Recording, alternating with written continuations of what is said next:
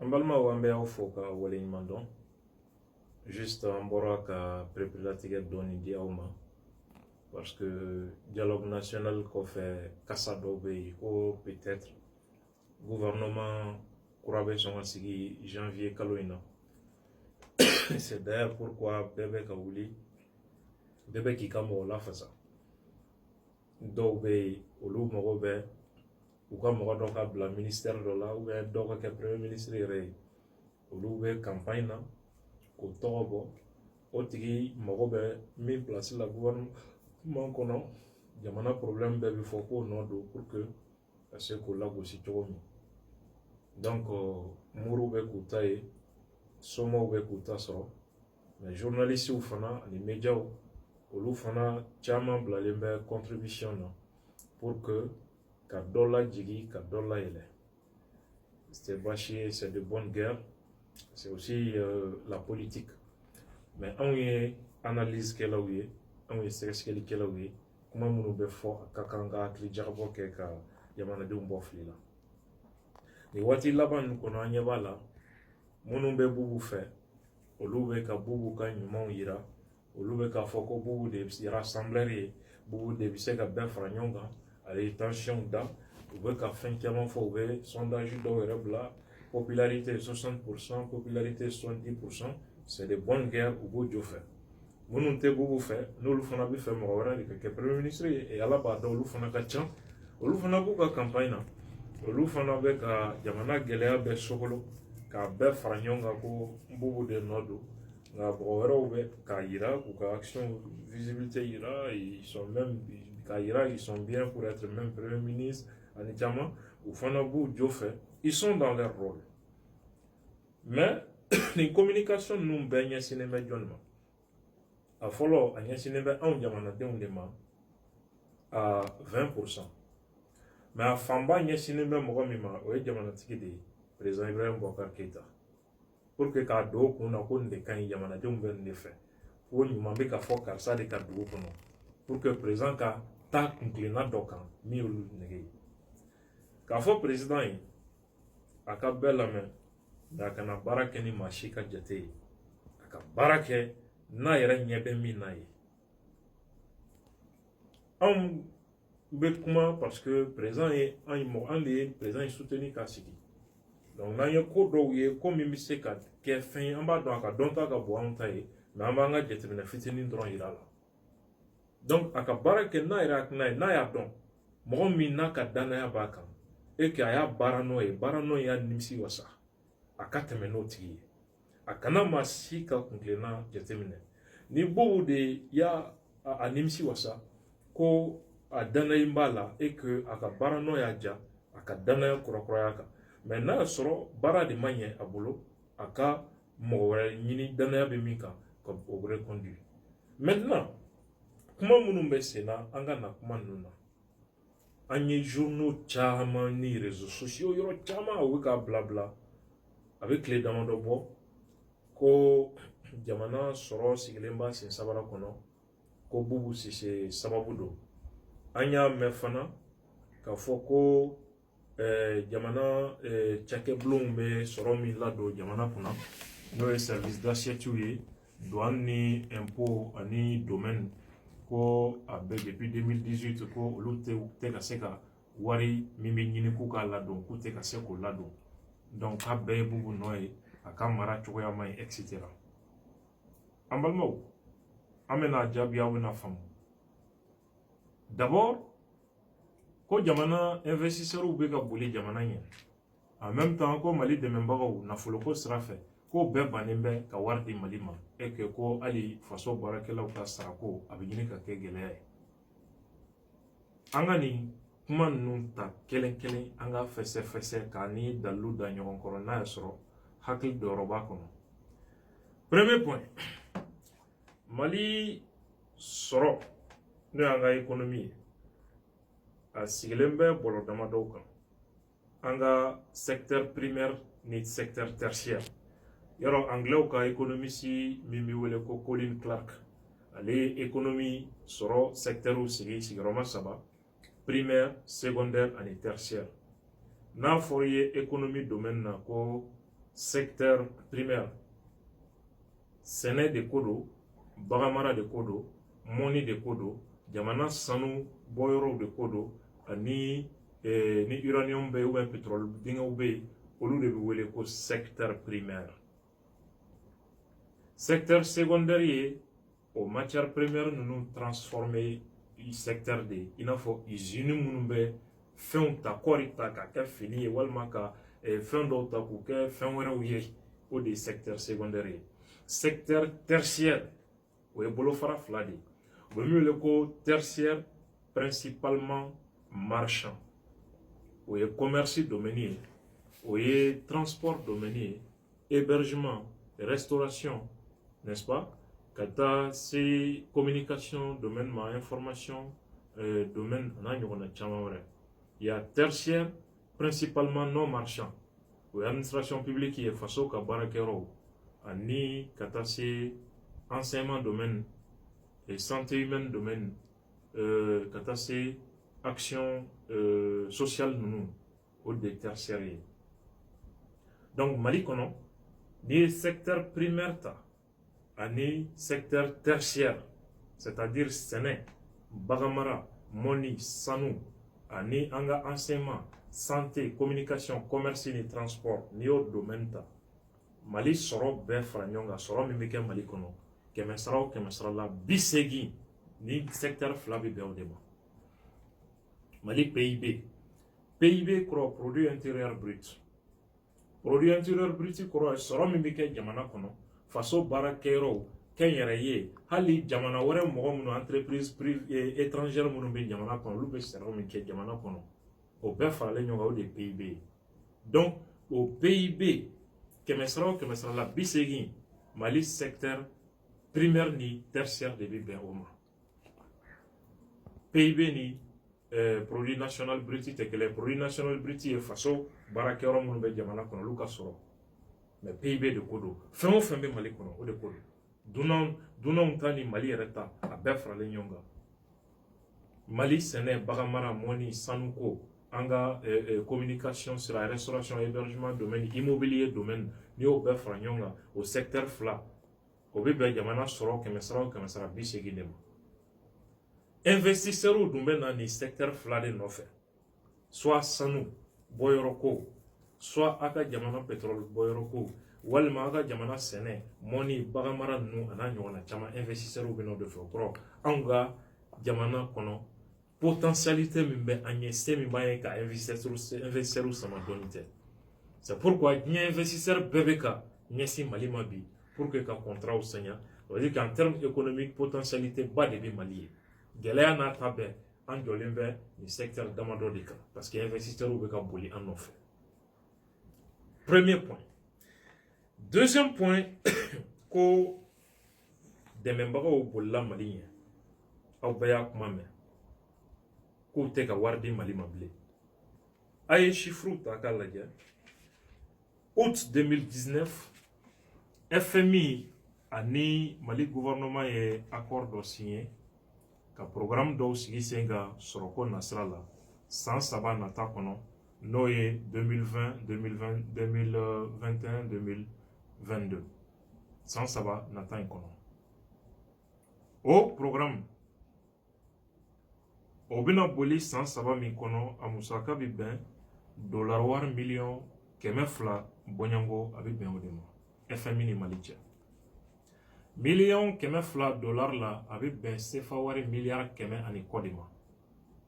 FMI ni Mali cɛ. FMI dun ye diɲɛ wari bonba ye Fonds monétaire international n'olu ko k'i ka jamana ko danaya b'a kan crédibilité bɛ a ka finance publique gestion kan ko danaya bɛ sɛmɛ aw la a ka musaka baara cogo kan n'olu y'o tamasiyɛn di ka bɛnkan signé n'u cɛ ka wari di aw ma o ye cikan laselen ye diɲɛ bayɛri bɛɛ de ma. Diɲɛ jamana minnu ni Mali bɛ baara kɛ diɲɛ tɔnba minnu bɛ fɛ ka na investissement kɛ Mali kɔnɔ n'u ka nafolo ye ka entreprise dayɛlɛ ka baara di maliyɛn ma o ye ci laselen olu bɛɛ ma ko Mali ka ɲi sisan aw bɛ se ka na. O baara kɛra août 2019 Bobo ka ɲɛmɔgɔya kɔnɔ ani FMI ni ɲɔgɔn cɛ. Ça veut dire que danaya dɔ de sɛmɛnen bɛ kuma min fɔra ko Mali dɛmɛbagaw bolilen bɛ Mali ɲɛ o tɛ tiɲɛ kuma ye. Donc Ça, c'est un point très important. En Balmao, pour que Kana 600, où est mis foko Mali secteur nous be douane ni impôt nous ko warmi nous kanga lado jamana kuna ko ou desalembe ka lado o kuma be chodi. Effectivement, objectif mi foko ay ni wara hake lado ate dafa. Mais na nyafawe avec des chiffres munum te soso. Direction générale des impôts, impôts direction. Oluye warmi lado ka damne janvier 2019 kanabla octobre 31 octobre 2019 là. Où est war milado jamana kun où est milliard keme wolonfla ani milliard bisaba ani milliard wolonfla ani million bi kononton ani saba olu yo de lado Mali kuna atun fora ku ka jol lado atun fora ku ka million keme kononton et milliard keme kononton ani milliard tan ani katase milliard bi wolonfla ma ku ko de lado donc milliard keme kononton nyinina u fe yoro mi u sera ka milliard keme wolonfla de lado donc objectif min diruma kɛmɛ sara o kɛmɛ sara la bi segi ani kelen ani a kunkanfɛn saba u sera k'o de sabati o ye impôt mɔgɔw ta ye direction générale des douanes douane mɔgɔw k'a daminɛ janvier 2019 ka taa bila 31 octobre 2019 la douane ye milliard kɛmɛ duuru ani milliard bi wolonfila ani million bi naani ni seegin u y'o de ladon jamana kunna a tun fɔra ko douane ka wari hakɛ min ladon o tun ye milliard kɛmɛ wɔɔrɔ ani milliard mugan ani kelen ko k'o de ladon c'est-à-dire a ɲinina k'u ka milliard kɛmɛ wɔɔrɔ ladon yɔrɔ min u sera ka milliard kɛmɛ duuru ani milliard bi wolonfila de ladon ye donc kɛmɛ sara o kɛmɛ sara la a fɔra k'u ka min kɛ u sera ka bi kɔnɔntɔn ani kelen a n'a kunkanfɛn bi seegin ni wolonfila de ɲɛnabɔ o yɔrɔ la direction nationale des domaines n'o ye domaine mɔgɔ ye dugukolo ko ni fɛn ninnu olu ye milliard kɛmɛ ani milliard wɔɔrɔ ani million kɛmɛ kɔnɔntɔn ani million bi wɔɔrɔ ani wolonfila olu y'o de ladon janvier 2019 ka n'a bila 31 octobre 2019 la a tun fɔra k'u ka joli ladon milliard kɛmɛ ani milliard mugan ani saba ani million bi saba k'u k'o de ladon donc domaine ka kan ka milliard kɛmɛ ni milliard mugan ni saba ladon yɔrɔ min u sera ka milliard kɛmɛ ani milliard wɔɔrɔ de ladon o yɔrɔ la kɛmɛ sara o kɛmɛ sara la a fɔra k'u ka wari min ɲini k'a don faso kunna u sera ka bi seegin ani wolonfila a n'a kunkanfɛn saba u sera k'o de ɲɛnabɔ a la mɔgɔw ye nin de ta ko bubu nɔ don n'i y'a ye objectif ma atteint ko kabi 2018 ko jamana bɛ nin situation de la l'explication est très simple 2012 ni sisan cɛ ka na se fo fɛn ma Mali ye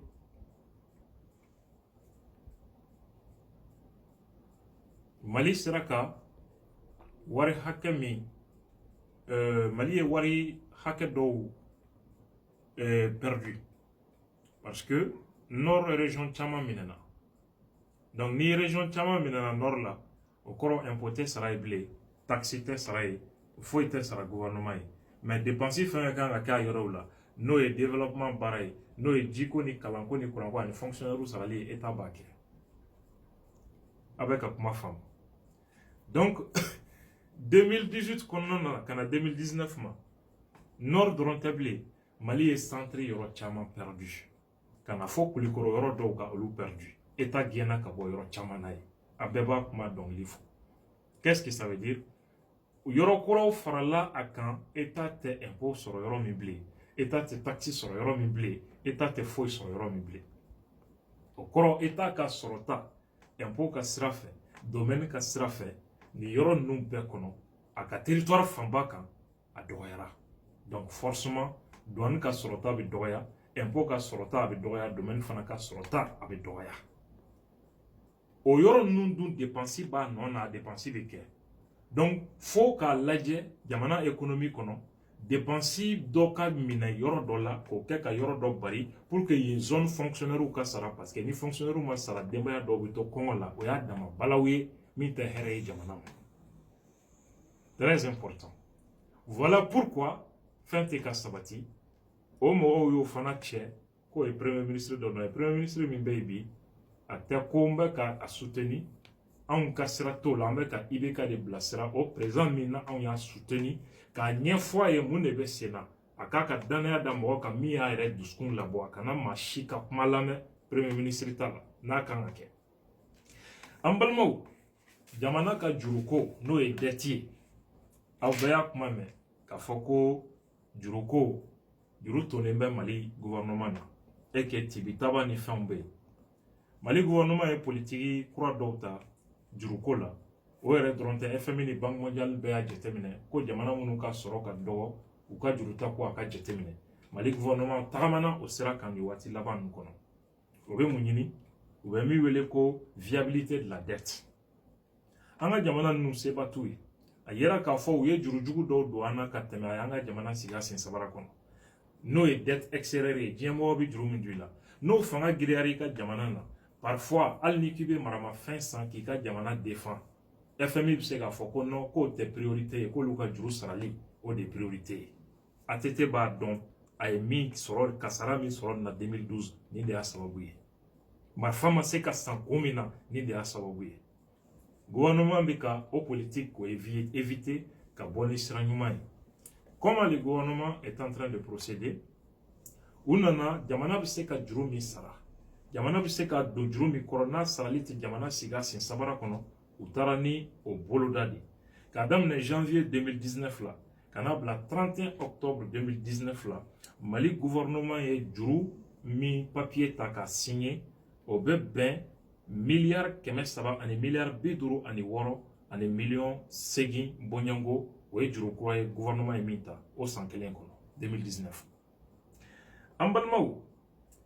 dɛmɛ min kɛra Mali kɔnɔ budget la komi a fɔra ko ɲɛmɔgɔ tɛ ka wari di Mali ma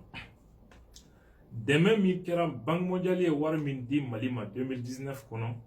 a wari a ma deli ka di Mali ma kabi Mali kɛra Mali ye ka bɔ Banque mondiale yɔrɔ la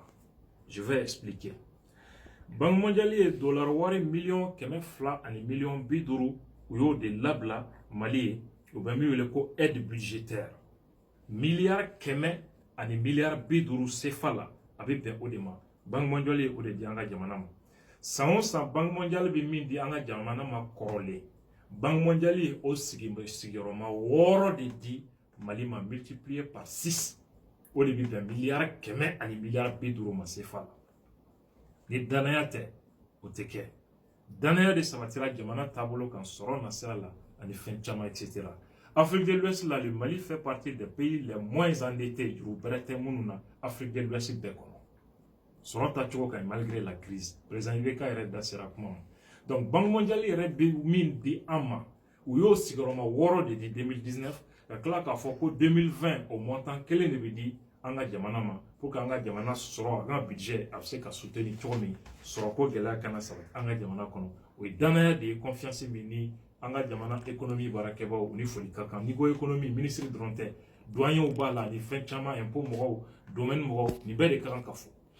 n'an bɔra yen an balimaw min ye o montant n y'a fɔ cogo min dette intérieure jamana opérateur économique ka juru min bɛ gouvernement n'o fana cayara jamana kɔnɔna sɔrɔ bɛ jɔ bɛɛ b'a dɔn n'o wari ma di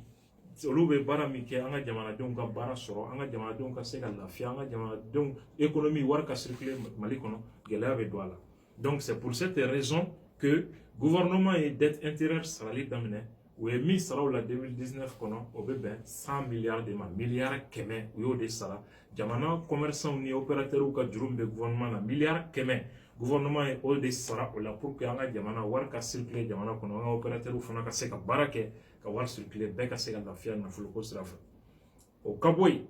juru fɛn fɛn bɛ Mali gouvernement na dette intérieure 2018 a bɛɛ sarala 100% nin bɛɛ ye fɛnw ye fɛn minnu b'a yirila k'a fɔ effectivement jamana kɔnɔ économie sɔrɔ sira kan alhamdulillah an ka kan ka foli dɔw kɛ